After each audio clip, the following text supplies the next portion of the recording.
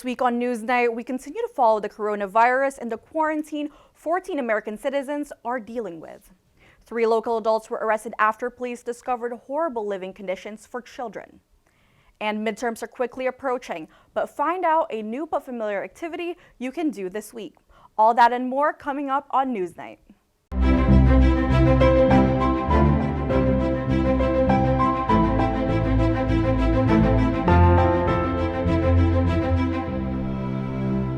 Good evening, I'm Trish Miralles, and tonight we begin with an update on the coronavirus. The World Health Organization announced the official name for this outbreak. The Director General, Dr. Tedros, announced a new name, COVID-19, in a WHO press conference on February 11th. The letters CO stand for corona, VI for virus, and D for disease. The coronavirus situation report that WHO released on February 16th says that there have been a cumulative of 1,606 deaths nationally in China. Dr. Tedros announced in the press conference that until there isn't any cases for 42 days, it is not over and, quote, any single case could reignite the epidemic. And 14 U.S. citizens were infected with the coronavirus after evacuation from the Diamond Princess cruise ship off of the coast of Yokohama, Japan. Over 300 Americans were evacuated from the quarantine cruise ship last Sunday. These passengers were taken by 2 chartered flights that landed at 2 Air Force bases earlier today. Out of all the hundreds of passengers, 14 have tested positive for the coronavirus that has claimed approximately 2,000 lives in Wuhan, China. The 14 evacuees are currently placed in mandatory quarantine for the next few weeks, after they have been kept on the ship since February 3rd after a man from Hong Kong tested positive for the virus. According to a spokesperson for the Diamond Princess cruise, quote, passengers that develop symptoms in the flight and those with positive test results will remain isolated on the flights and will be transported to an appropriate location for continued isolation and care, end quote. In addition, government officials from Australia, Canada, Hong Kong, and Italy are also evacuating their citizens from the quarantine cruise ship. 3 adults were arrested after leaving 2 children within reach of crack cocaine, heroin, and needles. Last Friday morning, according to police officers, they arrested John Malik, Zachary Malik, and Nicole Tellerico after finding pieces of crack cocaine, pills, and empty stamp bags in a crack pipe at their house on California Avenue. Next to the children's toys and sippy cups were trash, crawling insects, stamp bags, and an uncapped syringe, all within arm's reach. While waiting for the workers from the Office of Children, Youth, and Families, one of the children told the officers that she was hungry. However, when they checked the refrigerator, it only contained water, hot dogs, and a box of waffles next to a crack pipe. Court records show that both Zachary, Malik, and Tallarico were charged with child endangerment and drug possession dating back to June 2016. All 3 suspects are currently behind bars.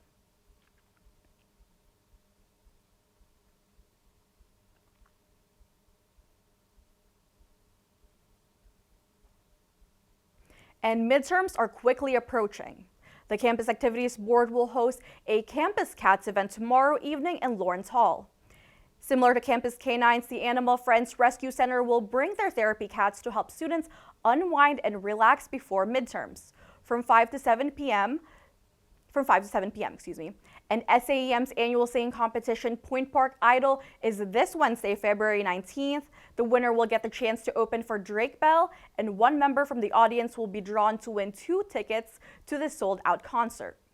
This concert will take place in Lawrence Hall 300, starting at 7 p.m. We have moderate temperatures with some rain early into this week. Zoe Angelucci joins us for this week's forecast. Thanks, Trish. On Tuesday this week, we're going to see a little bit of showers with a high of 50 and a low of 28. On Wednesday and Thursday, there will be clouds for both days and it will average in the 30s. On Friday, we're expecting some sun with a high of 37 and a low of 20. On Saturday, we will see some sun with a high of 46 and a low of 27. The higher temperatures will continue out through Sunday and Monday. Sunday with a high of 49 and a low of 35. On Monday, we have a high of 46 and a low of 38. That's your weather for this week. I'm Zoe Angelucci. Coming up after the break, the Roland School of Business hosted the Women in Industry Speaker Series and an update on the Democratic race, for president. We'll be right back.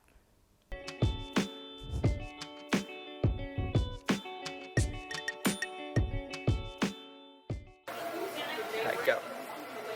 Go to our new website, uvu.pointpark.edu.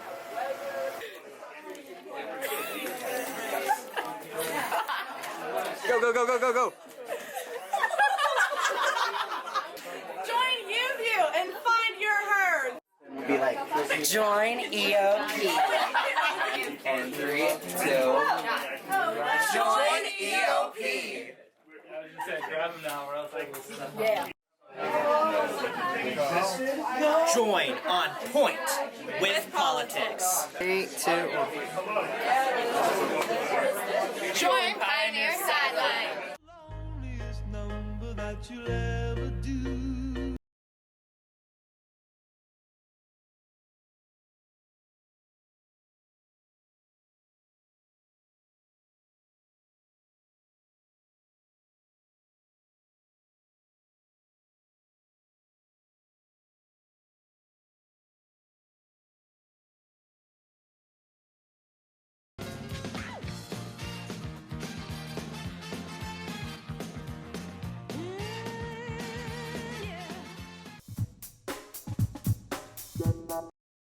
Welcome back to Newsnight. As of now, Pennsylvania stands as the only U.S. state that prohibits the use of speed radars by local police. However, the introduction of Senate Bill 607 can change that. The Pennsylvania Senate approved the bill by a unanimous vote of 49-1, with the aim to amend outdated speed timing measures. If passed into law, it will encompass approximately 1,200 police departments across the state. Senate Bill 607 is being evaluated by the full House after getting approval by the House Transportation Committee. However, there have been some concerns. If signed into law, local municipalities will ultimately have the final say on giving their police officers access to these speed radars. Furthermore, the bill clarifies that a conviction based on radar evidence can only occur if the recorded speed is 10 or more miles per hour over the speed limit on a highway or 6 or more on an interstate with a posted speed limit of 70 miles per hour. The Roland School of Business once again hosted the Women in Industry Speaker Series this month. Zoe Angelucci has that story. For several years, Point Park's Roland School of Business hosted the Women in Industry Speaker Series. This series is an opportunity for undergraduate and graduate business students to hear firsthand experiences and network with leading female professionals in the business world. This month's speaker was Melissa Dunn. Dunn is the Executive Director of PPG Industries Foundation and Global Corporate Social Responsibility at PPG. Here is some key advice Melissa Dunn wanted to share with students going into the workforce. So some of the advice I've shared with the students, I think, really applies to not only women, but to all students. I think one of the most important things is to build relationships, both, internally within an organization, externally, create mentors and sponsors who can help support you in the work and the roles that you have, I think is critically important.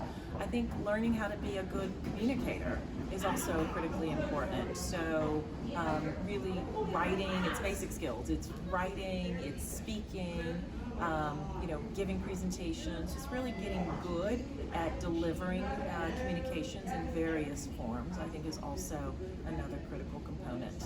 For the Women in Industry Series next event, the Roland School of Business will be hosting an Accelerating Women in Industry for International Women's Day. The event will include a keynote speaker and panel discussion on March 6th in Lawrence Hall. Democratic primary debate hosted by NBC News will take place in Las Vegas Wednesday night, ahead of the Nevada caucus on Saturday. As of Monday, only 5 candidates qualified for the debate, including Sanders, Biden, Warren, Buttigieg, and Klobuchar. According to the Associated Press, Mayor Pete Buttigieg is barely in the lead with 22 delegates compared to Senator Sanders with 21 delegates. CBS News and the Congressional Black Caucus will host a debate next Tuesday ahead of the South Carolina primary election on the 29th. Stay tuned. After the break, Abby Pockness joins us with your sports report. We'll be right back. What's one word to describe CAB? Welcoming. Community. Creative. Experiences. Family. Openness. Pineapple.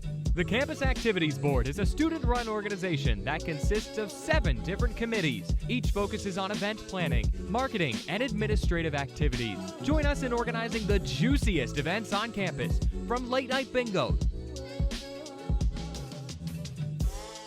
to festive dances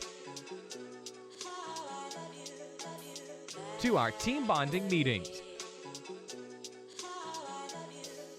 Follow us on Twitter and Instagram at Point Park Cap, or like us on Facebook at Campus Activities Board at Point Park University. Good evening and welcome to Newsnight. I'm Josh Troop alongside Jess Paterchak. Defending his decision to kick out 15 Cuban diplomats from the United States. Thanks, Allison. Fitness on Demand has returned to Point Park. Residents fear that Mount Agung will have a repeat of 1963's eruption. 2-star NFL quarterbacks made the headlines this week after wrapping up. Well, thank you so much for joining us this evening. That's your news tonight. For Nick Tomarello, I'm Alex Grubbs. Have a great night.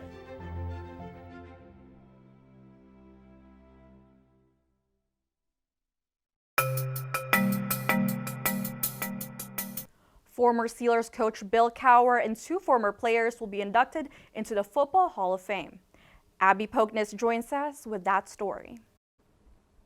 Earlier this month, 3 Steelers affiliates were introduced as members of the 2020 NFL Hall of Fame class, one being a coach and the other 2 are retired players who played in 2 different eras. This year's 2020 NFL Hall of Fame ceremony will be held in Canton, Ohio, which is only just 2 hours from Pittsburgh.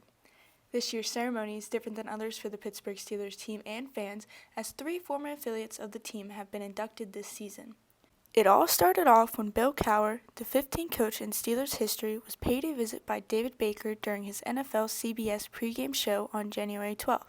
After receiving the good news, Cowher commented, "It's a great reflection of the Steelers organization, the culture that is built here, starting with the chief, Art Rooney," end quote. Throughout Cowher's 15 years of coaching, the Steelers won 8 division titles and made 2 trips to the Super Bowl, where they lost 1 and won 1. Next Steeler to receive the good news. He was sitting at home when David Baker called him.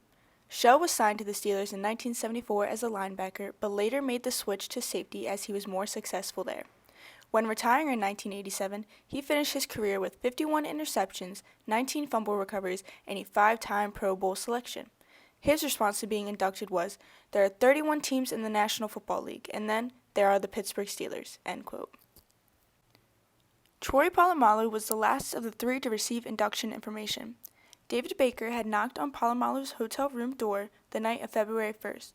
We all know Polamalu for his luscious hair and famous Head & Shoulders commercials, yet he left an impact on the sport of football.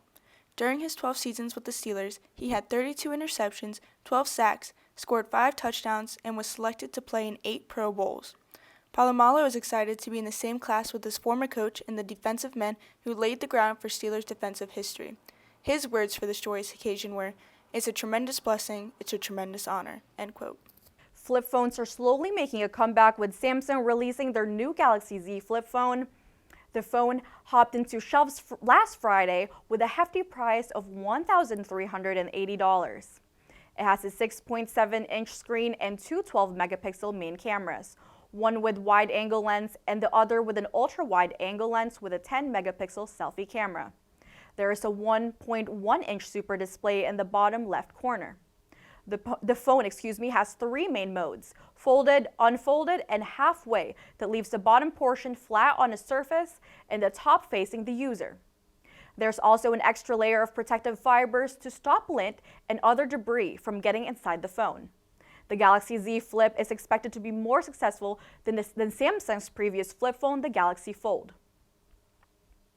What new European city wants to be Pittsburgh's sister? Find out after the break.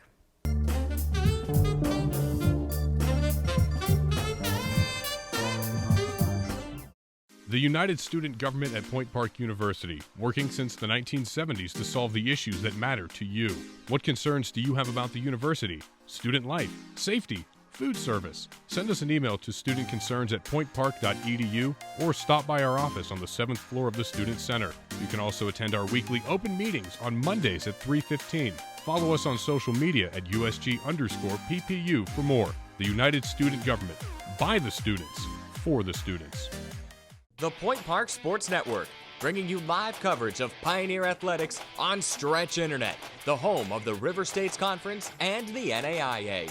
Subscribe today for complete access to the Point Park volleyball, baseball, basketball, and soccer teams. Watch live and on-demand broadcasts and don't miss a minute of Point Park Athletics. Head to pointparksports.com/live for broadcast listings. The Point Park Sports Network, your streaming home for Point Park Athletics. 3, 2, 1. Please visit our website. Please, it's a nice website. Please visit our website. Please. If you have ever watched television, whether accidentally or on purpose, UView is for you.